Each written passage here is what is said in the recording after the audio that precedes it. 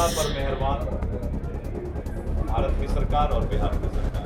इस विपक्ष की बात करना भी अपने आप को कीचड़ में हाथ डालने के बाद। उसका नाम है पैसा किशोर, पीके पैसा किशोर।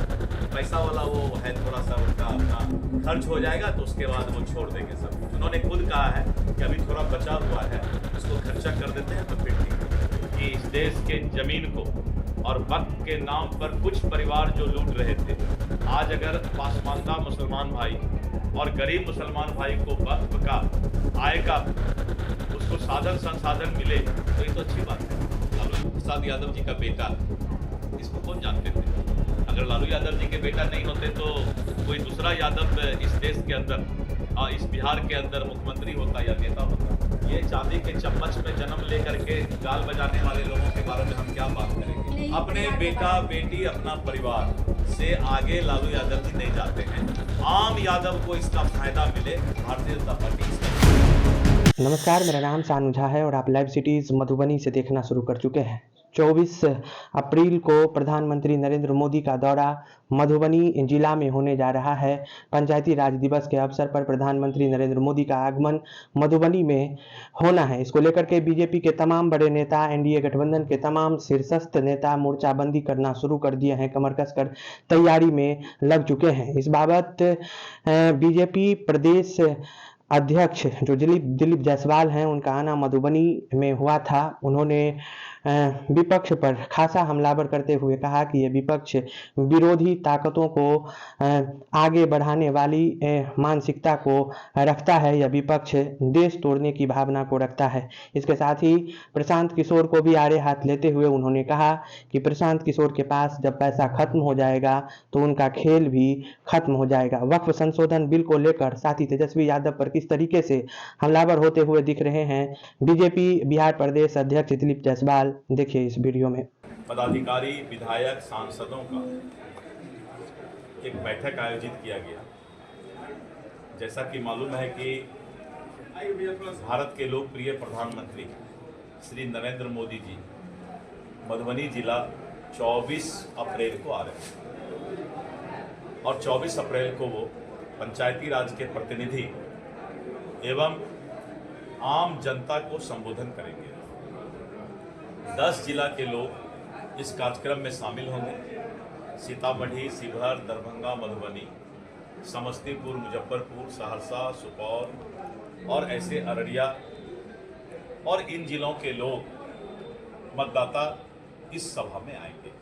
आज उसके तैयारी को लेकर के सभी सांसद, विधायक, विधान पार्षद और जिला के पदाधिकारी, हमारे जिला अध्यक्ष, सभी लोगों ने गहन मंत्रणा किया और कैसे प्रधानमंत्री जी के संबोधन को सुनने के लिए गांव-गांव से लोग आए, इस बात के लिए जो है चर्चा की गई। मिथिला को क्या सौगात मिलेगा?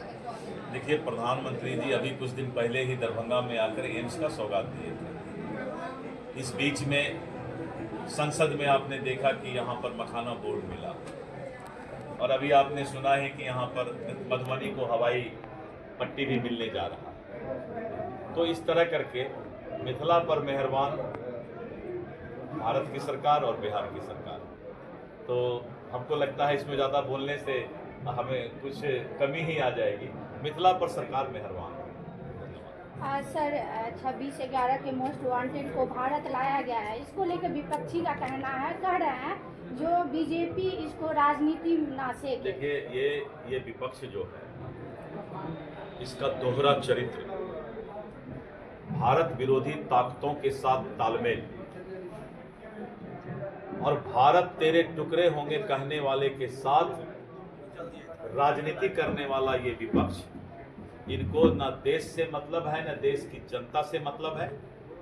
ये सिर्फ अपना राजनीतिक दुकानदारी चलाने के लिए इस देश में देश विरोधी ताकत सकते भी हाथ मिला लेते हैं। इसी देश के अंदर कश्मीर में 2 विधान 2 निशान चलता था और जब 370 धारा और आपने देखा कि संसद में जब कानून पास होकर के उसको हटाया गया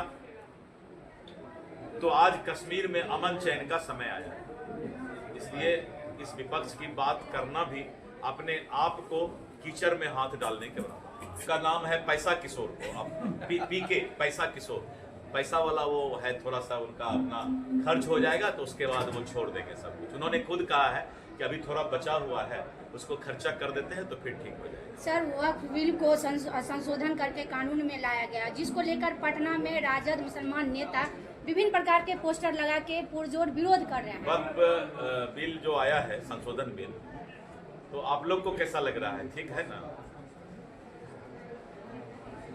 खुद आप लोग अपने पत्रकार हैं, आप जी समाज के चौथा स्तंभ। वक्फ संशोधन बिल के बारे में माननीय पत्रकार लोगों का क्या कहना है?